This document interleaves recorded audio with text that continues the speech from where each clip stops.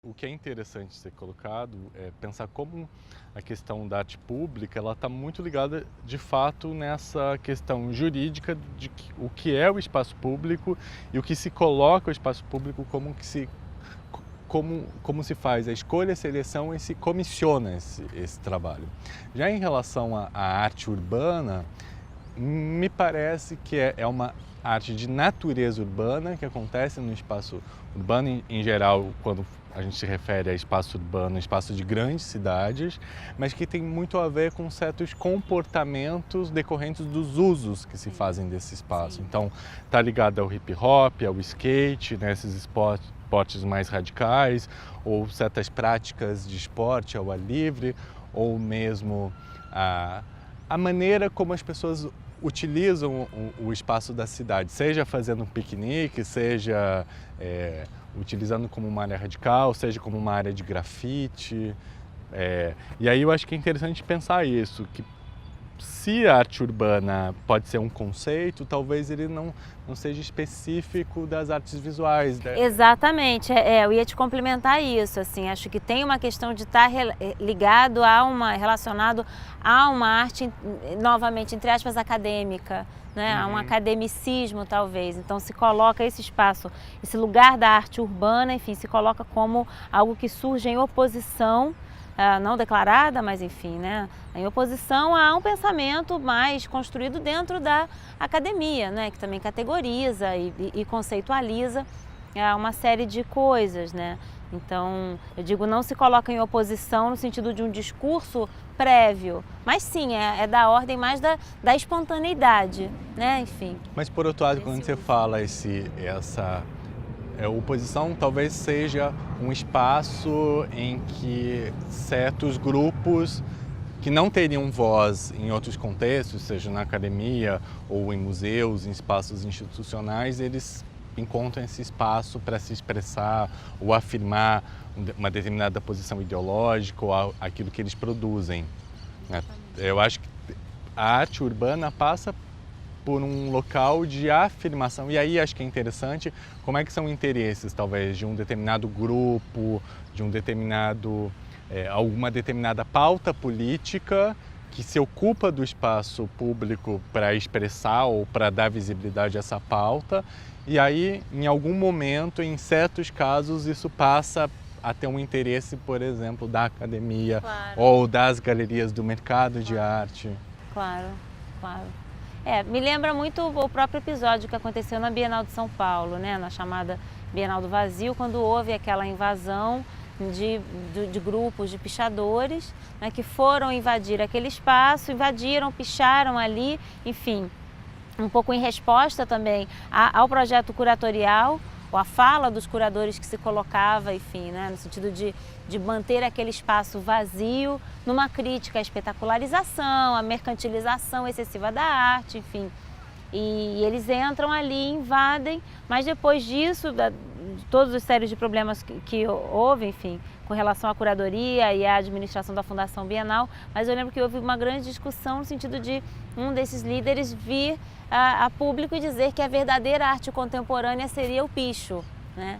E aí, enfim, caíamos numa discussão bastante ingênua no sentido, enfim, que verdadeiro é esse? Que verdade é essa? Não é como assim, essa arte contemporânea não serve, serve essa aqui, enfim, então também tentou-se entrar num campo, não é, de discussão mais próximo de questões da academia, né, e que gerou, enfim, uma discussão estéril, porque não é desse lugar, não é discutir o picho, enfim, há muitas discussões do picho, do picho na cidade e como manifestação cultural dos jovens, manifestação artística, uma visualidade específica que eu acho bastante interessante, isso vem sendo bastante discutido tanto na arte, mas especialmente o que eu tenho lido, enfim, são teses ligadas à antropologia, à sociologia também, né? Agora, quando o picho vem com um porta-voz e diz, nós somos a verdadeira arte contemporânea, aí ele mesmo, ele cai numa armadilha, né? Porque eu acho que o mais interessante desses movimentos de arte urbana são justamente estarem orbitando, justamente eles estarem orbitando, né? Não ser necessário depender da academia, muito menos do mercado, para acontecer, né? Agora, eu acho que é muito interessante o exemplo que você dá, porque eu acho que a situação, ela coloca uma grande questão, assim, pensar, o pavilhão da Bienal e a Fundação Bienal não é uma instituição pública, então você está no espaço privado. O pessoal que invadiu e pichou a Bienal foi em 2008, não foi? Foi. De fato, eles estavam fazendo uma invasão à propriedade privada e pichando. E aí o que eu acho que a grande questão é, a partir do momento que eles foram presos, como é que a curadoria se posiciona em relação a eles, em relação ao picho? Porque de fato eu acho que discutir se é ou não a arte contemporânea mais avançada ou uma vanguarda, qualquer outra coisa, mas de fato qual é esse limite entre o público e o privado e qual é o limite entre aquilo que é cabível dentro da arte contemporânea, aquilo que não é, aquilo que é arte política dentro de uma discussão que cabe a uma pauta institucional, ou aquilo que é arte política sem necessariamente ser algo que está pautado ainda, né? De fato, aí, sem algo que está analisado, teorizado. Então, esses limites ali são que os mais interessantes. São os mais eu interessantes. Eu acho que se perdeu uma grande oportunidade de discutir essas questões naquele momento, né?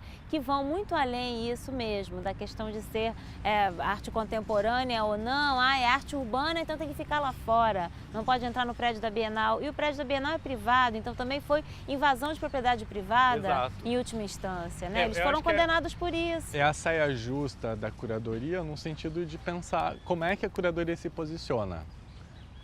Isso, sim, esse é o grande problema. E pensar numa cidade em São Paulo, como São Paulo, em que a produção de grafite e de pichação é extremamente volumosa, importante, característica e marca muito da identidade da cidade, como é que você vai se colocar em relação a isso justamente num espaço onde há uma Bienal de arte contemporânea?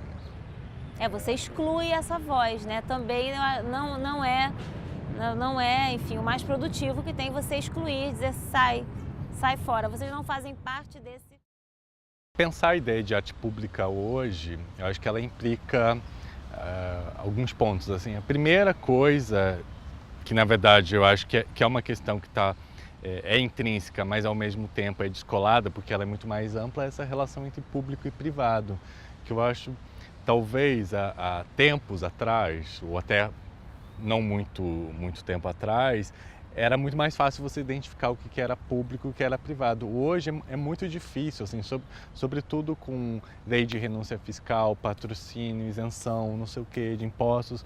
Acho que hoje é muito difícil você ter algo que seja completamente público. Não sei o que você pensa, Dani. Não, você colocou essa questão, né, mais cedo, do espaço... A arte pública e o espaço público, né? Não é porque está no espaço público que a peça será pública, né? Enfim, e há mil formas há mil mecanismos de patrocínio e financiamento desses trabalhos, enfim, que façam com que, embora elas estejam do lado de fora, não pertençam exatamente ao público, né? Sim. E aí eu penso muito nessa diferença que também você colocou, né? Arte pública, arte em espaço público, né? E aí tem várias formas da gente pensar esses trabalhos de arte pública, né? Seja a própria intervenção urbana, né? Um monumento, enfim, um trabalho, uma escultura equestre, digamos, né? Um monumento X, sei lá. Marco Antônio, Marco Aurélio. Uma coisa da Marco Aurélio, né? Uma escultura equestre, ela tem uma função. Aí eu estou passando um pouco do que você falou de financiamento, esse lugar, mas talvez pensar também um pouco dessa, entre aspas, função, a função social dessa obra, né? Temos uma escultura equestre, ela tem uma função, né? Uma função oficial, né? Oficial, histórica, ligada a um patrimônio, até mesmo, vou dizer, imaterial, no sentido de estar falando de memória, de história, etc. Né? Temos trabalhos aí já no âmbito contemporâneo que são obras de arte no espaço público, mas que são obras efêmeras, né? Intervenções urbanas das mais diversas naturezas. Né? E temos as obras em espaço público que não têm essa função No caso, a função histórica de uma escultura equestre, não é? E aí eu estou me lembrando, por exemplo, do trabalho do Valtércio Caldas, que foi retirado aqui, né? Uma obra de arte contemporânea, de natureza, entre aspas, abstrata. Coloco entre aspas, porque a natureza de fato dessa obra não é abstrata, ela é bastante concreta. Ela fala sobre questões da cidade, sobre a calçada, né, o calçamento de pedra portuguesa, enfim, tem uma brincadeira de pegar a calçada e elevar isso, não é como se ela segue para um plano infinito, enfim. Mas ela visualmente pode ser interpretada ou conectada, não é, ligada com uma obra abstrata, né? E no caso, enfim, é uma obra de arte contemporânea que para o transeunte não tem, digamos, essa finalidade, também coloco muitas aspas, essa finalidade da escultura equestre, né? Que já remete a algo muito, enfim, muito claro, ou o cabeção do Getúlio Vargas, né? Acho que é muito interessante isso que você aponta, porque é pensar como essa noção talvez quase clássica de arte pública, ela de certa forma é um desdobramento do que seria a noção de monumento em si, porque de fato é isso, um tipo de, em geral, escultura ou construção tridimensional que ocupa um espaço na cidade e que marca memória e é um espaço de convívio de todos, né? Um espaço para todos. Acho que é interessante pensar isso. Até, se eu não me engano, o trabalho do Valtércio se chama Monumento ao Rio, não é uma coisa assim? Então, assim, como é que essa noção de arte pública, ela incorporou a noção de monumento, mas ela ganha uma feição diferente, ou talvez não tão tradicional ou como um símbolo de poder, como seriam as estátuas equestres, os bustos, tal. Então, eu entendo quando você fala o abstrato, né, essa calçada que se modifica e avança em relação ao céu e a gente consegue ter uma projeção infinita daquilo, né, em termos de imaginário, e que aquilo é um monumento, é público, mas ao mesmo tempo ela não tem aquela cara tradicional que a gente tende a ligar aos monumentos, né, históricos. Acho que esse é um dado bem interessante. O modo como alguns trabalhos utilizam o espaço público, acho que aí é que está a grande questão, assim, que eu acho que o espaço, primeiro, a natureza do espaço público e a natureza da arte pública, elas podem ser muito similares, mas elas se distanciam à medida que o espaço público é um espaço para todos, mas é um espaço que pode ser ocupado por iniciativas individuais, privadas, e que de certa forma estão abertas a qualquer um quando você tem uma projeção, mas de fato não se constitui pela mesma natureza do monumento que fica ali, que é perene, que é o para todos, para as futuras gerações. Eu não sei, talvez é pensar assim, como é que se dá esse processo hoje entre aquilo que é feito para o instante, para quem está ali, ou para um tempo que é muito o tempo presente, uma duração encurtada, e essa noção de monumento que a arte pública vai incorporar, que é o para o futuro, para as futuras gerações, tal. Não, e aí eu acho interessante você ter colocado o nome do trabalho, Monumento ao Rio, mas é um monumento que ele foi retirado do lugar onde ele estava. Então isso nos faz pensar em duas coisas, né? A primeira, enfim, não é um site específico, ou seja, não é uma obra pensada especificamente para esse ponto da cidade, porque se assim fosse, ela não faria sentido em nenhum outro lugar, né? E ela foi retirada. E aí a segunda coisa é um monumento ao Rio, mas é um monumento ao Rio que, enfim, talvez não esteja sendo respeitado na importância que o título parece dar ao próprio trabalho, né? É um monumento ao Rio, mas é um monumento ao Rio que ele é dispensado, ele foi pelo próprio poder público, foi colocado de lado, enfim, por conta de toda essa reestruturação, né, que a gente está vendo no centro do Rio e em outros bairros também, essa reurbanização. E aí pensando nisso, também nas coisas que você colocou, algo que eu sempre penso é a própria relação do brasileiro, do carioca, enfim, com o espaço público, né? Que é uma relação de desrespeito, na verdade, infelizmente, né? No Brasil, do modo geral, assim como o dinheiro público não pertence a ninguém, por isso, enfim, eu me sinto no direito de roubar esse dinheiro, porque não é de ninguém, ele é público. O espaço público, acho que acontece a mesma coisa, não é? Infelizmente, há um desrespeito com esse espaço, porque afinal de contas não pertence a ninguém. Esse entendimento de pertencer a todos, no Brasil, é como se não pertencesse a ninguém. Então eu depredo, eu destruo, não é? E nesses processos, eu também, enquanto poder, eu decido quem vai ou não colocar determinados bustos, determinadas esculturas, enfim. Aqui na Orla do Rio de Janeiro nós temos vários exemplos, né? Me foge agora o nome da escultora, que tem tantas, a escultora que mais tem esculturas públicas no Rio de Janeiro é uma senhora, enfim, bastante desconhecida, não é? Em outros lugares da arte, né? E eu esqueci o nome dessa senhora, e são trabalhos que foram aprovados, né? Feitos com dinheiro público, mas sem nenhum tipo de avaliação, de uma comissão, de discussão. Isso é um grande problema, eu acho. São dois, na verdade. Assim, primeiro é o problema político e de como as pessoas pensam e utilizam o espaço público. Eu acho que além da questão do vandalismo, eu acho que existe no Brasil um certo movimento, uma certa tendência a ocupar o espaço público como espaço privado. Né? Então, claro. O meu espaço privado é extensível para uma área pública. Acho que isso é um grande problema, e aí volto a colocar a questão de esses limites entre o que é o público e o privado estarem muito tênues e difíceis de serem demarcados. A outra questão aí que você aponta é o momento do corte, porque eu esqueci e me perdi.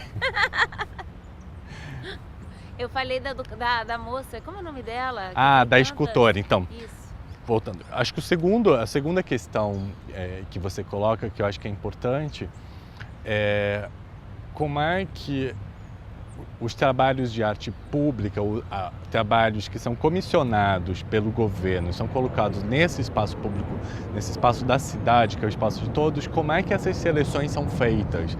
Assim, como é que, por exemplo, se escolhe um trabalho como o do Valtécio Caldas para ocupar um determinado espaço, ou um trabalho do Ângelo Venosa, e, por outro lado, uma estátua com o semblante do Carlos Drummond ou de qualquer outra figura artística, do cenário artístico da cidade. Como é que esses processos são feitos? Assim? Se é um processo público, então, desde o início, a seleção, a aprovação, o modo como esse processo deve ser desenvolvido, ele tem que ser público. E, de maneira geral, o que a gente percebe é que simplesmente as decisões são tomadas, as esculturas aparecem e todo mundo tem que engolir.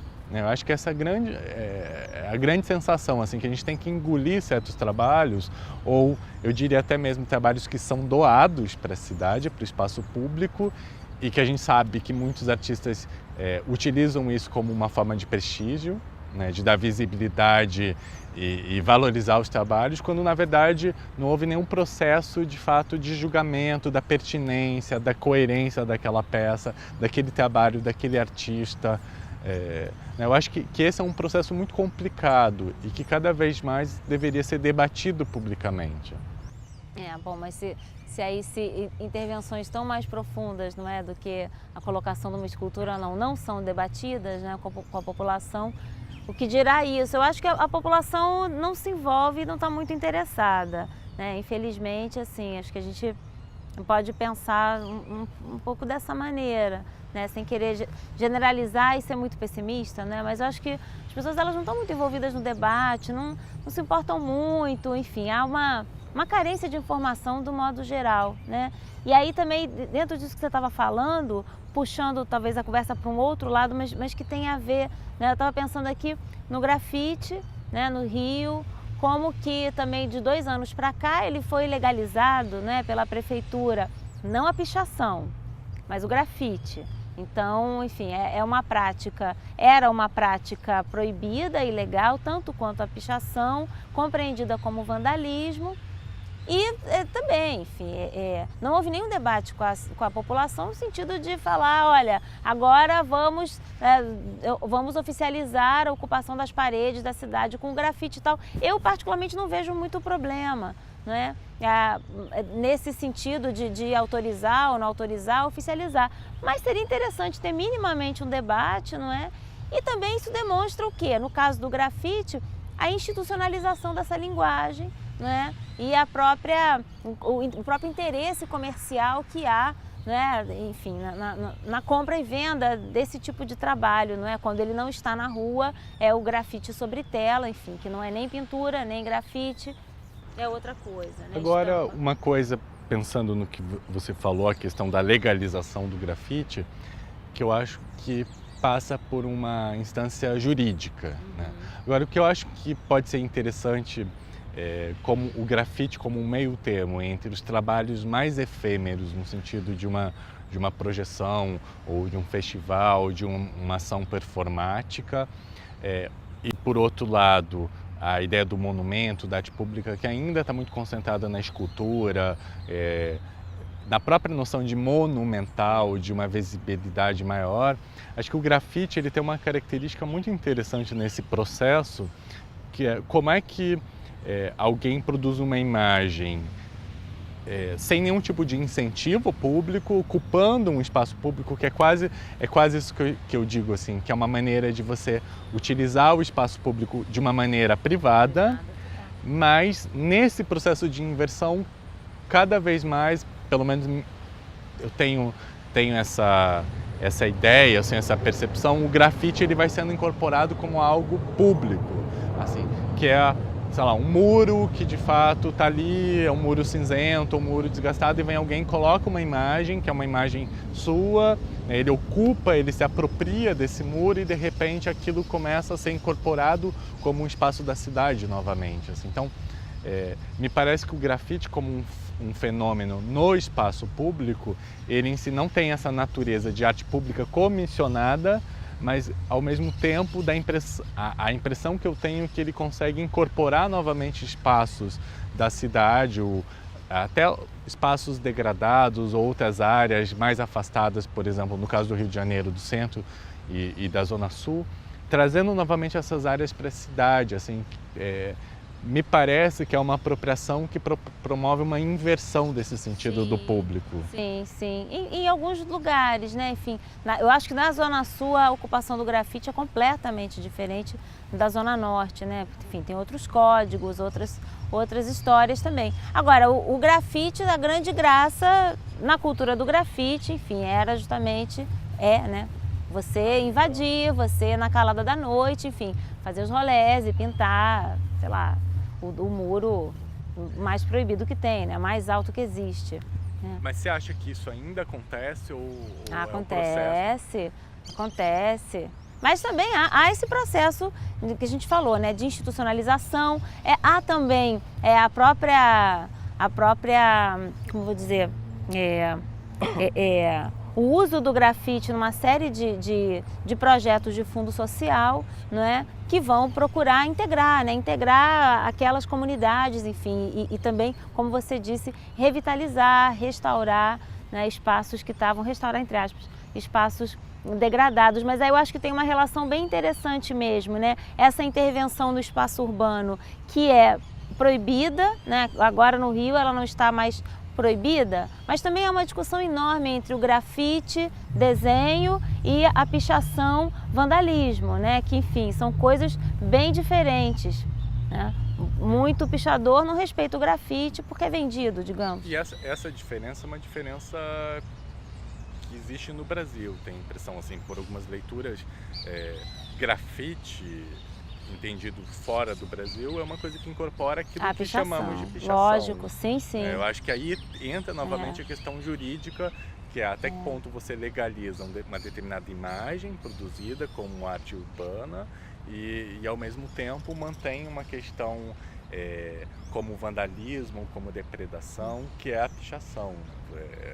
O Brasil separa essas duas coisas, quando na verdade É a mesma coisa, mesma o coisa. fundo é o mesmo, a natureza é a mesma, lógico. Não é porque o prefeito legaliza uma prática que, enfim, que agora elas serão diferentes, né? Enfim, a natureza delas é a mesma, é a mesma. E aí você falou da coisa você usou um termo, agora que me fugiu, né? Mas pensando essa coisa da arte pública, ai, me fugiu o termo, perdão. No espaço público, O espaço, essa intervenção no espaço público, né? Aí pensando no grafite também, e aí essas esculturas públicas que vão trazer essa noção de monumentalidade, essas intervenções, né?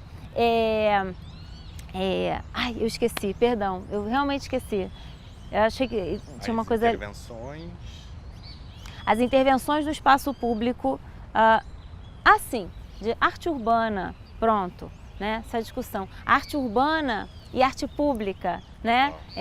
Acho que também é uma discussão interessante, do mesmo modo como a gente fala, né? Arte pública, arte no espaço público. E aí eu jogo também, toda a arte urbana é aquela que está no espaço urbano, né? Que arte urbana é essa que nós estamos falando? Não seria o monumento ao Rio do Valtércio Caldas uma arte urbana no sentido em que ela é pensada para este meio, não é um site específico pensado para aquela esquina ali de onde ela foi removida, mas é específico no sentido que é pensado para o Rio de Janeiro, muito embora talvez com o mesmo material nós conseguíssemos reproduzir essa mesma escultura mantendo o mesmo título em outro lugar, ela não perderia tanto sentido, né? Mas essa ideia da arte pública e da arte urbana, né? É uma categoria que eu também me pergunto muitas vezes, né? O que é arte urbana? A gente pode falar arte urbana é algo relacionado ao comportamento jovem, né? Enfim, a essa apropriação não oficial dos espaços urbanos, né? Com suportes também não convencionais e que talvez não se encaixam em nenhuma categoria, né, mais determinada da arte, escultura ou pintura ou desenho, sei lá. Né?